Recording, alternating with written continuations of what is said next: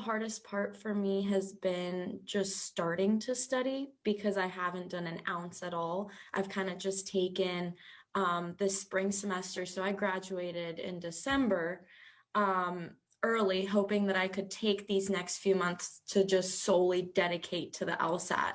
But like I said, it's been slow. Understood. So what do you think is the hardest part for you in terms of getting started? What's holding you back? I think that I want to go about this in the most efficient way possible. And I know that sometimes I spend a lot of time on planning and kind of like making a to-do list. I like making the lists, but when it comes to actually crossing it off, that's the hard part for me. So instead of, but then again, knowing the format of this test is really helpful. I like seeing the bigger picture and then dissecting one by one. But I think that I just have absolutely no familiarity with the LSAT in general. And it's easy for me to get really overwhelmed thinking about the sections in general without actually, like I said, I haven't studied at all. So this is just I still don't really know a lot. Understood. Understood. So what do you think an efficient plan would look like? I think that I plan to take it in June, if not July. But I also wanted to talk to you about if you think the timing of my exam is important. Like, does it matter if I take the exam? I know earlier is better, but also what you're more prepared for is good too. So ideally June, maybe July. Um, but what are your thoughts on that?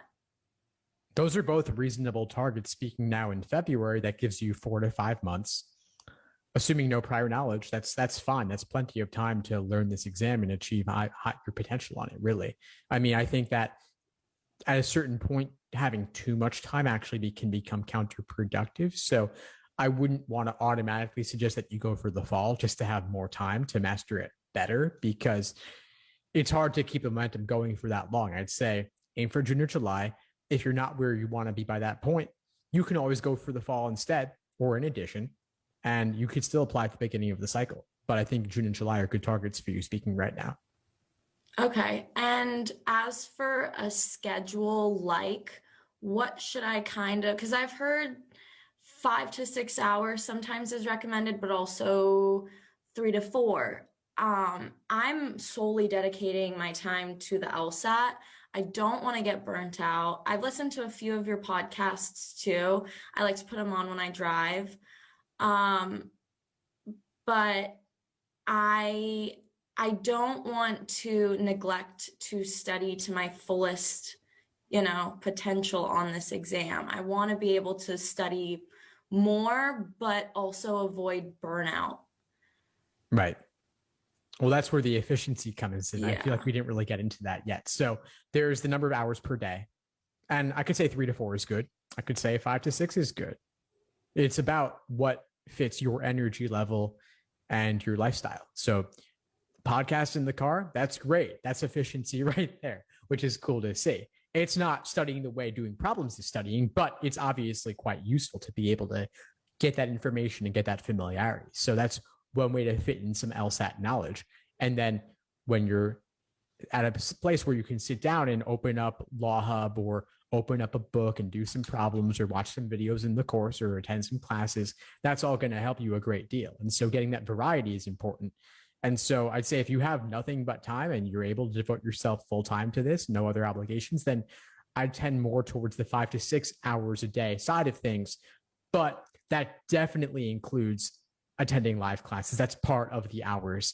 Don't make your day 10 hours with 2 hours of podcast, 2 hours of class, and then another 4 hours or more of studying. That's a lot. Okay, that makes sense.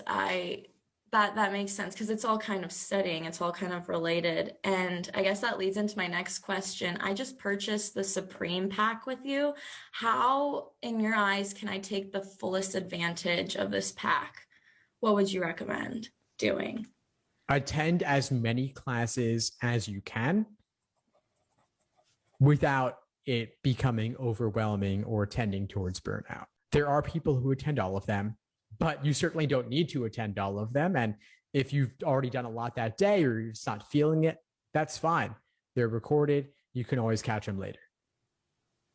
Okay, that's good to know. And I can access this all with the website, LSAT Unplugged, correct? Yes, you go right in there, and inside the course platform, you've got RSVP links for all the classes. You have all the recordings of the previous ones. So there's plenty to get into there. Okay, awesome. And just for my knowledge, and I guess everyone else's knowledge, what would you say is a good score range in order to go to a more prestigious law school? It's a good question. Well, the LSAT's out of 180. Higher is better. So if you want, let's say you wanted a top 14 law school, you would ideally want to be in the top, you'd ideally want to be in the top band in the 170s. So you'd want to be at 170 plus. You could get in with high 160s. And it also depends on GPA, depends on work experience. So, I mean, I can give you the broad strokes of it, but there's plenty of calculators that can help you fill in specifics. Perfect. I think that's pretty much all I wanted to cover for today. I mean, this is a great starting point. I think once I have all the material, I just need to hit purchase on all the things I need to get for the old tests, and then I guess just start. Awesome. Yeah. And show up to class. We've got tons of classes going on every week, and we've got reading comp tonight and the group coaching mastermind tonight. I'd love to have you there. Okay, perfect. I'll see you then. Thank you very much for meeting with me. Yeah, of course. My pleasure. Have a good one. I'll see you soon. You too. Bye-bye.